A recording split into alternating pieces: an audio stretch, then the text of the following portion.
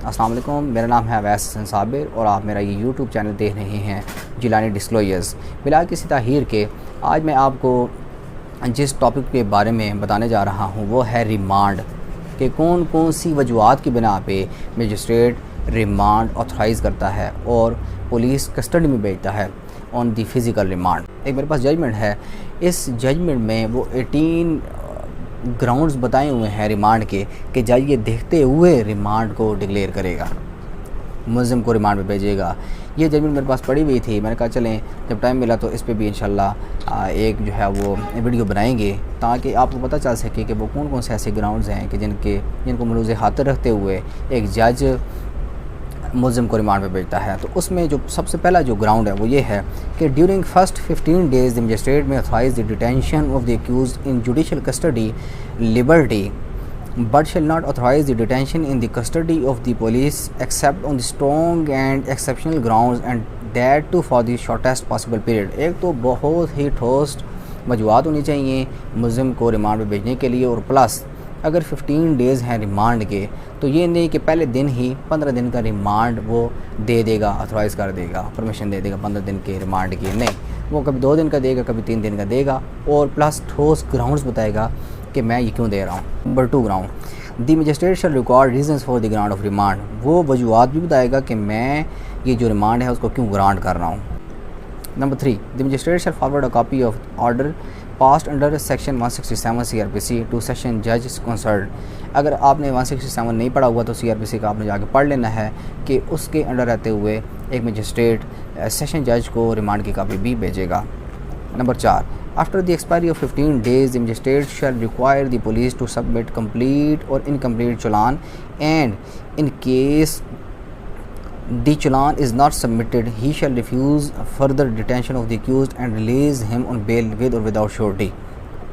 ये अगर 15 दिन के अंदर अंदर कंप्लीट और इनकम्प्लीट चलान नहीं आता तो वो मज़ीद रिमांड को ग्रांट नहीं करेगा और वो मुल्ज़िम को विद और विदाउट श्योरिटी भी रिलीज़ कर सकता है on bail. Number 5 After the expiry of 15 days, no remand shall be granted unless the application is moved by the police for the further grant of remand adjourned।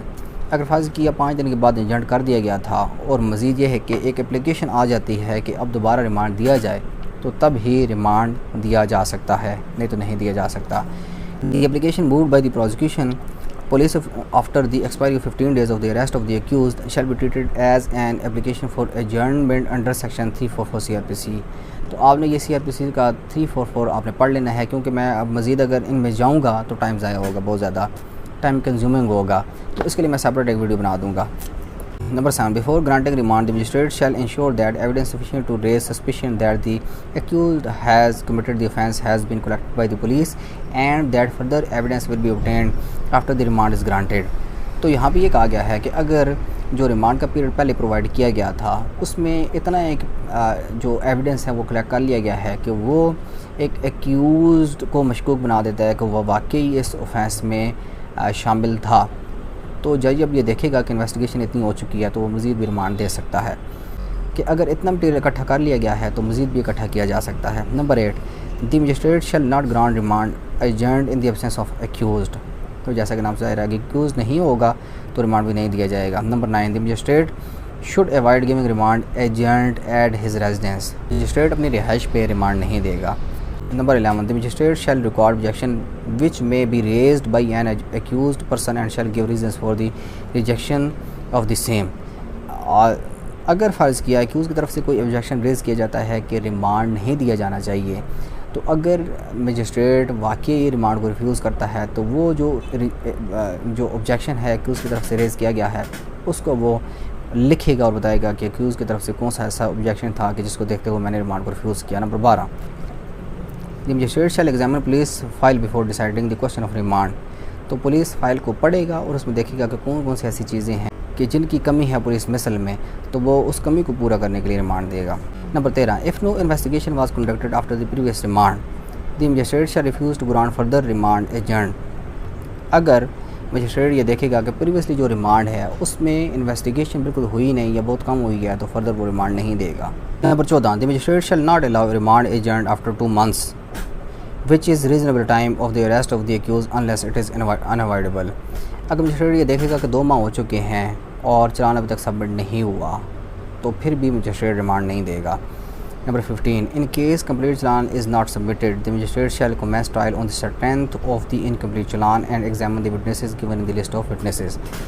तो magistrate अब ये देखेगा कि 2 महीने के अंदर अंदर भी अभी तक जो कंप्लीट चालान है वो सबमिट नहीं हुआ, तो यहाँ पे जिन लोगों को ये नहीं पता कि 14 दिन के अंदर अंदर इनकम्प्लीट और कंप्लीट चालान वो सबमिट होना चाहिए, तो मैं आपको बता देता हूँ कि 14 दिन के अंदर अंदर पुलिस ड्यूटी बाउंड है कि वो कम अज़ कम इनकम्प्लीट चालान वो अदालत में सबमिट करवा दे, कि जिसकी बेस पे magistrate after 2 months trial start करवा दे। नंबर 15 ये है कि अगर कंप्लीट चालान अभी तक सबमिट नहीं हुआ तो इनकम्प्लीट चालान की बेस पे ही जो मजिस्ट्रेट होगा वो ट्रायल को कमेंस करवा देगा, ट्रायल स्टार्ट करवा देगा, क्योंकि इनकम्प्लीट चालान के पहले पेज पे ही जो विटनेसेस की लिस्ट होती है वो जारी कर दी जाती है। तो उन्हीं विटनेसेस को जो है वो जो जज साहब होंगे वो उनकी शादी करवाना स्टार्ट कर देंगे। Number 16, if the challan is not submitted within 2 months the magistrate shall report the matter to session जज of the district and also bring the default of the police to the notice of superintendent of police of district। तो अगर फ़र्ज़ किया 2 माह के अंदर अंदर भी चालान सबमिट नहीं होता तो जो मजिस्ट्रेट होगा वो सेशन जज को एक रिपोर्ट बना के सेंड करेगा कि इस केस में अभी तक रिमांड सेंड नहीं हुआ। नंबर 1 चीज़।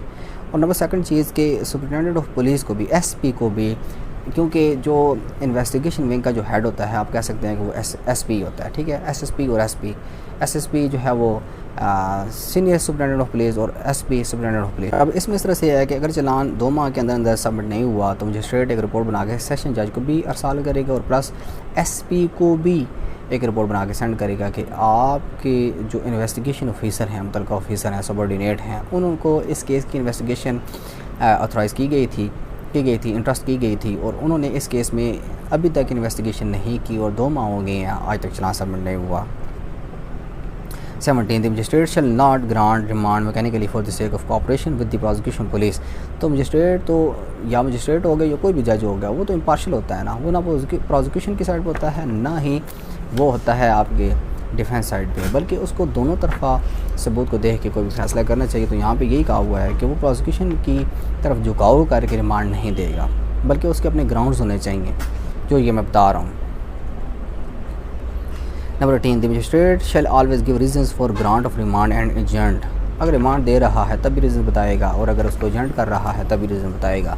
तो ये थे जी 18 पॉइंट्स रिगार्डिंग रिमांड कि जिनको मलूज़ खातिर रखते हुए एक जो मजिस्ट्रेट होता है वो रिमांड को या तो ऑथराइज़ करता है, ग्रांट करता है, या उसको रिजेक्ट करता है on behalf of the objection of accused, जो रेज्ड बाई जो है वो एक्यूज़ किया गया है। ठीक हो गया, जो एक्यूज़ की तरफ से रेज़ किया गया है, या तो ये जो ऑब्जेक्शन होगा ये वो इटसेल्फ करेगा, ठीक हो गया, असल्तन करेगा, या with the help of his attorney वो अपने वकील को खड़ा करेगा वहाँ पे रोस्टम पे, और जो वकील होगा वो बताएगा कि ये 18 पॉइंट्स है रिगार्डिंग रिमांड जो जनाब ने अपने इन कॉन्स्टिट्यूशन रख के रिमांड को ऑथराइज़ करना है, ग्रांट करना है। जनाब इसमें 18 जो पॉइंट्स हैं उनमें ये चीज़ें पूरी नहीं हो रही, इस रिमांड को ग्रांट करने के लिए ये जो पैरामीटर हैं वो यहाँ पे पूरे नहीं हो रहे, या ये जो केस है इन 18 पॉइंट्स पे पूरा नहीं उतर रहा, तो लिहाजा ये जो रिमांड है इसको रिजेक्ट किया जाए। तो वहाँ पे जो मजिस्ट्रेट होगा वो रिमांड को रिजेक्ट भी कर सकता है। तो आज की ये जो वीडियो थी वो आपको रिमांड के बारे में बताना मकसूद। ये जो जजमेंट है इसका हवाला दिए देता हूँ कि 2021 PCRLJ 293, और ये आपने जाके पढ़ लेनी है, बड़ी अच्छी जजमेंट है और इसमें आपके जो रिमांड से मुतल्लिका जो कॉन्सेप्ट हैं वो काफ़ी हद तक क्लियर हो जाएंगे। आज की वीडियो यहीं पे ख़त्म किए देता हूँ, इंशाअल्लाह आइंदा मिलेंगे नई वीडियो के साथ। बहुत बहुत शुक्रिया।